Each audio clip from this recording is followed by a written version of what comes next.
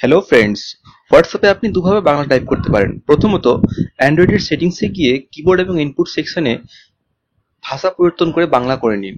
দ্বিতীয়ত, যে কোনো একটি বাংলা কিবোর্ড অ্যাপ্লিকেশন মোবাইলে ইনস্টল করে নিন। আমি আজকে দুটো পদ্ধতি নিয়ে আলোচনা করব। তাহলে চলুন শুরু করা যাক।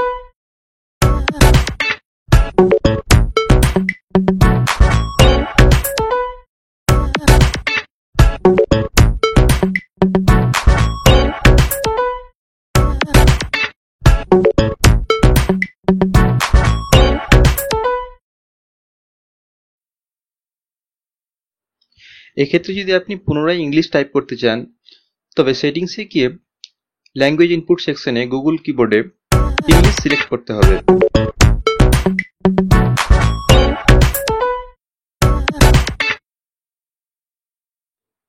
এই পদ্ধতিতে সেটিংসের ভাষার কোনরূপ পরিবর্তন হয় না।